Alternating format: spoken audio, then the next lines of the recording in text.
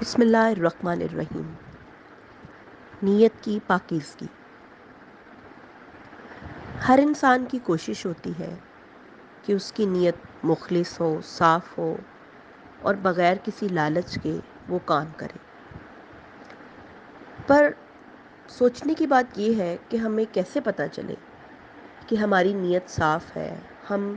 اس کام کو کرنے کے اہل ہیں اور ہم خالص اور سچی اور کھری نیت کے ساتھ یہ کام کر رہے ہیں۔ یاد رکھیں، جب کسی کام کو کرنے کے لیے آپ کو کام آپ کریں لیکن اس کام سے ڈائریکٹلی اور انڈائریکٹلی آپ کی ذات کو فائدہ نہ ہو، یعنی وہ کام صرف اور صرف محض اللہ کی رضا کے لیے کیا جائے، تو پھر انسان کی نیت کی سچائی اور صداقت میں کوئی شک رہ نہیں جاتا۔ جی ہاں، جب آپ کسی کام کا ارادہ رکھیں اور اس کام کے لیے آپ اپنی سر دھڑ کی بازی لگا دیں، دن رات اپنا سونا جاگنا، اڑنا بچھوڑنا، اپنی ہر خواہش، ہر سکون، ہر اطمینان، ہر چین، ہر خوشی اس کام کو کرنے کے لیے لگا دیں، اس کام کو کرنے کی لگن میں، اس کو پایہ تکمیل تک پہنچانے کی سوچ میں، فکر میں لگا دیں کہ آپ نے یہ کام کس طرح کرنا ہے اور اس کام سے آپ کی ذات کو کوئی فائدہ نہ ہو، صرف اور صرف آپ وہ کام اپنے رب کو، اپنی رب کی رضا کے لیے، اپنے رب کی خوشنودی کے لیے کریں، اپنے رب کو راضی کرنے کے لیے کریں۔ آپ وہ اپنی ذات سے نکل کر وہ کام کریں تو اس کام میں آپ کی نیت پاکیزہ ہوگی۔ اب نیت کی سچائی اور خلوص دل کا ہونا ہماری زندگیوں میں کیا معنی رکھتا ہے؟ دیکھیں، جب انسان اپنی صاف نیت کو لے کر، سچی اور پاکیزہ روح کو لے کر زمین پر چلتا ہے، کوئی کام کرتا ہے، تو وہ خلوص اور اخلاص اس کے اس کام میں اثر ڈالتا ہے، اس کی بات میں اثر ڈالتا ہے، اس کی اس چال میں، اس کے کام میں، اس کی زندگی کے ہر ایک کام میں جو وہ سر انجام دیتا ہے، اگر اس کی نیت پاک ہو جائے، صاف ہو جائے، اس کے جذبے خالص ہو جائیں اور اپنی ذات سے نکل کر وہ کام کرے، تو وہ کام مقبول ہی مقبول ہے۔ اللہ کی بارگاہ میں ایسا کام بہت پسندیدگی کے قابل ہے۔ اب آپ سوچیں گے کہ آپ پھر اپنی زندگی کے لیے کیا کام کریں گے؟ دیکھیں، انسان اپنے لیے کوئی کام تو مخلص ہی ہو کر کرتا ہے۔ انسان اٹھتا ہے، اپنے رب کو یاد کرتا ہے، اپنے کام کاج پر نکل جاتا ہے، یا اپنی پڑھائی کرنے لگ جاتا ہے، یا عورتیں اپنے گھر کے کام کرنے لگ جاتی ہیں۔ ہر کوئی جس شعبے سے منسلک ہے وہ اس شعبے میں اپنے آپ کو شامل کر لیتا ہے اور وہ دن بھر وہی کام کرتا ہے جو اس نے کرنا ہوتا ہے۔ طالب علم پڑھائی کا کام کرے گا، ایک نوکری پیشہ انسان اپنی ملازمت کو جاری رکھنے کے لیے کام کرے گا، گھر کی خواتین اپنے گھر کے کام کریں گی، کوئی پائلٹ ہے، کوئی انجینئر ہے، کوئی ڈاکٹر ہے، کوئی موٹر مکینک ہے، الغرض ہر قسم کا انسان اپنے اس کام کے لیے سرگرداں ہو جائے گا جو اس نے کرنا ہے۔ لیکن اگر اس کام کے ساتھ وہ اپنی نیت کی پاکیزگی شامل کر لے، کیونکہ اس کام کو کرنے کے عوض اس کو تنخواہ دی جائے گی، اور وہ کام کو کرنے کے عوض ہی دی جائے گی کیونکہ وہ اس کام پر مامور ہے، یا کہیں وہ طالب علم ہے تو وہ ادارے میں تنخواہ تو نہیں لے گا لیکن کام کے عوض، اپنی پڑھائی کے عوض اس کو نمبر دیے جائیں گے۔ عورتوں کو گھر میں کام کرنے کے لیے جو گھر کی مالکن ہیں یا جو گھر کی مائیں ہیں، بہنیں ہیں، بیٹیاں ہیں جو اپنے گھروں میں کام کرتی ہیں، وہ تو ان کے عوض پیسے وصول نہیں کریں گی، لیکن وہ ان کا فرض ہے اور انہوں نے وہ کام کرنا ہے۔ بات یہ ہے کہ ہر کسی کو اس کے کام کے عوض کچھ نہ کچھ معاوضہ اس کے پیسے کی صورت میں، یا اس کے مارکس کی صورت میں، یا کسی لگن اور سچی تڑپ کی صورت میں کہیں نہ کہیں اس کو اس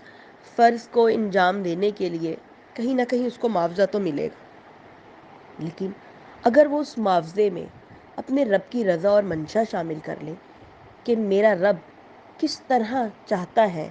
کہ میں اپنے معاملات میں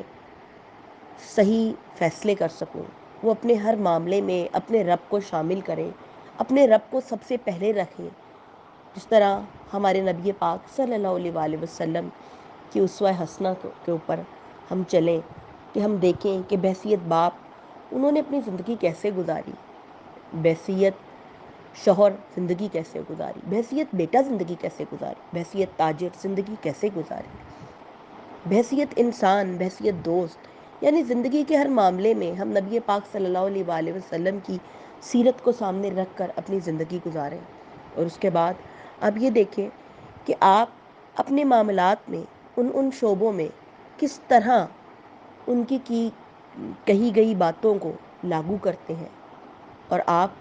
کا دین آپ کی زندگیوں میں راسخ ہو جائے، آپ کے عمل میں راسخ ہو جائے، ہر وقت ہر گھڑی آپ اپنے دین پر چلنے والے بن جائیں، آپ دین پر کاربند ہو جائیں گے، تو آپ کی نیت سچی ہو جائے گی، مخلص ہو جائے گی، خون کے ذرے ذرے میں، آپ کی روح کے روئے روئے میں آپ کے رب کی رضا شامل ہو جائے گی، اور آپ اپنے کام جو بھی دن بھر میں انجام دینے ہیں آپ اپنی ذات سے نکل کر کریں کہ یہ میں اپنے لیے تو کر ہی رہا ہوں، مجھے اس کے عوض معاوضہ ملے گا، لیکن میرے ان کاموں کے صحیح طرح سے کرنے سے مخلوق کو کیا فائدہ ہوگا، میرے رب کی جو یہ خلقت ہے، جو یہ رب کی کائنات ہے، دنیا میں ہے، رب کے بندوں کو کیا فائدہ ہوگا۔ آپ اپنے ایکشنز میں، اپنی ڈیڈز میں بینیفٹس جو ہیں اس کو ڈائیورسیفائی کریں، جو فائدے آپ کے ہیں وہ آپ ملٹیپل ایسپیکٹس اس کے دیکھیں کہ کس طرح آپ نے لوگوں کو اور زیادہ سے زیادہ لوگوں کو کم وقت میں فائدہ دینا ہے۔ آپ یہ دیکھیں کہ آپ جب اپنے ذات سے نکل کر کوئی بھی کام کریں گے، اور اپنی ذات سے جب انسان نکل کر کوئی کام کرتا ہے تو وہ رب کو بہت اچھا لگتا ہے۔ کیوں کہ جب انسان کو کسی چیز کا لالچ نہیں ہوتا، اپنی ذات کے لیے کوئی کام کرے اس میں تو لالچ ہوتا ہے کہ مجھے یہ ملے گا، لیکن جب آپ کوئی بھی کام اپنی ذات سے نکل کر کر لیں اور آپ وہ کام یہ سوچ کر کر لیں کہ اس میں میرے رب کی خوشنودی، میرے رب کی رضا، میرے رب کی منشا کیسے شامل حال ہو سکتی ہے، تو آپ اس کام کے لیے پھر اپنی چاہت کو اور اپنے سارے جذبوں کو اس طرف لگا دیں گے جس طرف آپ کے رب کی چاہت ہوگی، اور رب کی چاہت یہی ہے کہ اس کی مخلوق کو فائدہ ہو، زیادہ سے زیادہ فائدہ ہو۔ اللہ تعالیٰ جو کہ رحمت للعالمین ہے، رب العالمین ہے، جو تمام عالم کے لیے اللہ تعالیٰ نعمتیں، رحمتیں، برکتیں، عنایتیں دینے والے ہیں، لیکن وہ ڈائریکٹلی اور انڈائریکٹلی انسانوں کو کیسے ملے، واسطہ اور بالواسطہ کیسے ملے، اس کے بندوں کے ذریعے ملیں گی۔ اللہ تعالیٰ کہیں تو فرشتے بھیج دیتا ہے کہ وہ اس کے بندوں کے کام کریں، کہیں انسانوں کے دل میں کوئی اس طرح کی خواہشات ڈال دیتا ہے، کوئی جس طرح کی تڑپ ڈال دیتا ہے کہ وہ اس انسان دوسرے انسان کے کام کرنے میں لگ جاتا ہے۔ یعنی جب اللہ تعالیٰ نے ارادہ کر لیا کہ میں نے اس بندے کو فائدہ دینا ہے تو تمام مخلوق کو اس کے فائدے کے لیے لگا دیتا ہے۔ اللہ تعالیٰ جب کسی انسان سے محبت کرتا ہے تو اللہ تعالیٰ عرش پہ کہتا ہے فرشتوں کو کہ میں اس انسان سے محبت کرتا ہوں، یہ بات عرش والوں میں پھیلا دی جائے، تو وہ بات تمام فرشتوں میں پھیلا دی جاتی ہے۔ پھر اللہ تعالیٰ یہ کہتی ہیں کہ فرش والوں کو بھی بتا دیا جائے کہ میں اس انسان سے محبت کرتا ہوں، اور فرش والے بھی اس انسان سے محبت کریں۔ پھر اس انسان کے لیے فرش والوں کے دل میں، یعنی ہم جو لوگ اہل زمین پہ کے باسی ہیں، اہل زمین کے باشندے ہیں، زمین والے ہیں، ہم لوگ کس طرح اس انسان کو عزت اور قدر کی نگاہ سے دیکھتے ہیں، کس طرح اس انسان کی محبت ہمارے دل میں راسخ ہو جاتی ہے، اور یہ محبت راسخ کروانے والی اللہ کی ذات ہوتی ہے۔ آپ جب اپنے رب کی مخلوق کے لیے کچھ نہ کچھ کرنے کی ٹھان لیں گے، آپ اگر ڈاکٹر ہیں، انجینئر ہیں، تاجر ہیں، کسی بھی شعبے سے تعلق رکھتے ہیں، کہ آپ نے بے لوث ہو کر سچی نیت کے ساتھ اپنی ذات سے نکال کر اپنے اس پیشے کو اپنے رب کی رضا اور منشا کے لیے اور اس کی مخلوق کی خدمت کے لیے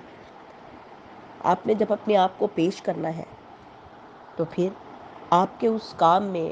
اسی جذبے میں، اسی پیشے میں آپ کا رب آپ کو وہ رنگ رنگے گا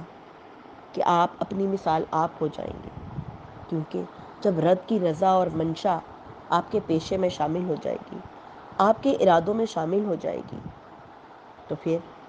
آپ اس کام کا حق ادا کر دیں گے. آپ زندگی کے جس شعبے سے بھی وابستہ ہیں، اپنے اس شعبے کا حق ادا کر دیں. حق ایسے ادا کریں کہ آپ پوری خلوص نیت کے ساتھ، پورے خلوص نیت کے ساتھ، سچے جذبے تڑپ کے ساتھ آپ اس رب کی مخلوق کی خدمت میں لگ جائیں. دن رات اتنی سوچ میں لگ جائیں، آپ کے دن رات صرف انہی سوچوں پر مرکوز ہو جائیں کہ آپ نے رب کی اس کائنات میں کہاں کہاں اپنے حصے کے رنگ بکھیرنے ہیں. آپ کو اگر 60 سال، 50 سال، 70-80 سال کی زندگی ملی تو وہ آپ نے کہاں گزاری؟ زندگی کے 20-25 سال تو ایسے ہی گزر جاتے ہیں، کچھ سمجھ نہیں آتی کہ ہونا کیا ہے تو کرنا کیا ہے. اور اگلے 25 سالوں تک انسان اس دنیا کی تگ و دو میں سیٹ ہونے میں لگا دیتا ہے کہ کس طرح اس نے اپنے معاش میں سیٹ ہونا ہے، یا اپنے آپ کو سیٹنگ کرنی ہے، گھر بنانا ہے، گاڑی لینی ہے، یا کچھ دنیا کے معاملات کرنے ہیں. اور 50 سال کے بعد آخری 10 سال یا آخری 20 سال وہ کچھ اللہ کی طرف رجوع کرتا ہے اور دیکھتا ہے کہ میرا جانے کا ٹائم آ گیا ہے. اور یہ بھی اگر اس کو احساس ہو جائے تو بڑی بات ہے، کیونکہ آج کل تو 70 سال کے لوگوں کو بھی احساس نہیں ہوتا کہ ہم نے کبھی مرنا ہے. تو یہ ایک رف سا اسکیچ جو میں نے آپ کو دیا، جو کہ میں اس کو پسند نہیں کرتی، اس اسکیچ میں آپ کہاں فال کرتے ہیں؟ آپ یہ دیکھیں کہ جب آپ نے ہوش سنبھالا، آپ نے شعور کی آنکھ میں آنکھ کھولی، آپ نے اسلام کے کسی گھر میں آنکھ کھولی، تو آپ دنیا کے خوش قسمت ترین انسان ہیں کہ آپ مسلمان پیدا ہوئے ہیں. اور اب آپ نے اپنے ہر معاملات میں پہلے بینگ اے مسلم بن کے سوچنا ہے کہ آپ مسلمان ہیں تو آپ نے کیا سوچنا ہے. آپ نے بینگ اے ہیومن بینگ، آپ نے بحیثیت انسان اپنے معاملات کو نہیں سوچنا، سب سے پہلے بحیثیت مسلمان سوچنا ہے. جب آپ بحیثیت مسلمان سوچیں گے تو آپ یہ سوچیں گے آپ کا رب کیا چاہتا ہے، آپ کے رب کی کیا مرضی ہے. آپ کو پتہ ہے کہ موت کا ایک دن مقرر ہے، اور موت اپنے اس مقررہ دن پر آنی ہے، لیکن کسی کو یہ نہیں پتہ کہ آنی کب ہے. کیونکہ موت کے آنے کا وقت ہے، جانے کا وقت کسی کو نہیں پتہ. آپ دیکھیں بعض اوقات دادا دنیا میں رہ جاتا ہے اور اس کے سامنے اس کے پوتے کے جنازے چلے جاتے ہیں، پوتے پوتیے، نواسے نواسیے، یعنی پر دادا دادا ماں باپ دنیا میں ہی ہوتے ہیں، اور ان کی پچھلی نسلیں ابھی ادھر ہی ہوتی ہیں کہ ان سے آنے والے، ان سے کم عمر بچے دنیا سے رخصت ہو جاتے ہیں. کیوں کہ اس کائنات میں آنے کا ٹائم تو پتہ ہے کہ کس عمر میں کب کون آ رہا ہے، لیکن جانے کا وقت باپ نے پہلے مرنا ہے یا بیٹے نے پہلے مرنا ہے، اس کا کوئی تعین نہیں ہے. جب آپ اپنی سوچ کو اس بات پر مرکوز رکھیں گے کہ موت برحق ہے اور انسان نے مرنا ہے، اور کبھی بھی کوئی بھی گھڑی اس کی آخری گھڑی بن سکتی ہے، تو پھر وہ یہ نہیں سوچے گا کہ زندگی کے اگلے 10 سالوں میں کیا کرنا ہے، یا 50 یا 60 سال کے بعد وہ اپنی موت کے بارے میں نہیں سوچے گا. وہ ہر گھڑی یہ سوچے گا کہ اگر کبھی میرے رب سے ملاقات ہو جائے اور آج میری موت واقعہ ہو جائے تو پھر میں کیا کروں گا. آپ نے جب اپنی زندگیوں میں اپنی موت کے بارے میں سوچنا ہے، اور جو کہ سوچنا بنتا ہے، تو پھر آپ کے بہت سے معاملات سیدھے رہیں گے. تب آپ کی نیت بھی پاک صاف رہے گی. آپ خلوص نیت کے ساتھ، سچے اور مخلص جذبے کے ساتھ بے لوث ہو کر اپنے سب کاموں کو انجام دیں گے، اپنے رب کو یاد رکھیں گے، ہر کام اپنے رب کی رضا اور منشا سے کریں گے. اللہ تعالیٰ آپ کو خوش و آباد رکھے، اور آپ کو ذلت، علت اور قلت سے بچا کے رکھے. کبھی کسی کا محتاج نہ کرے، صرف اپنے در کا محتاج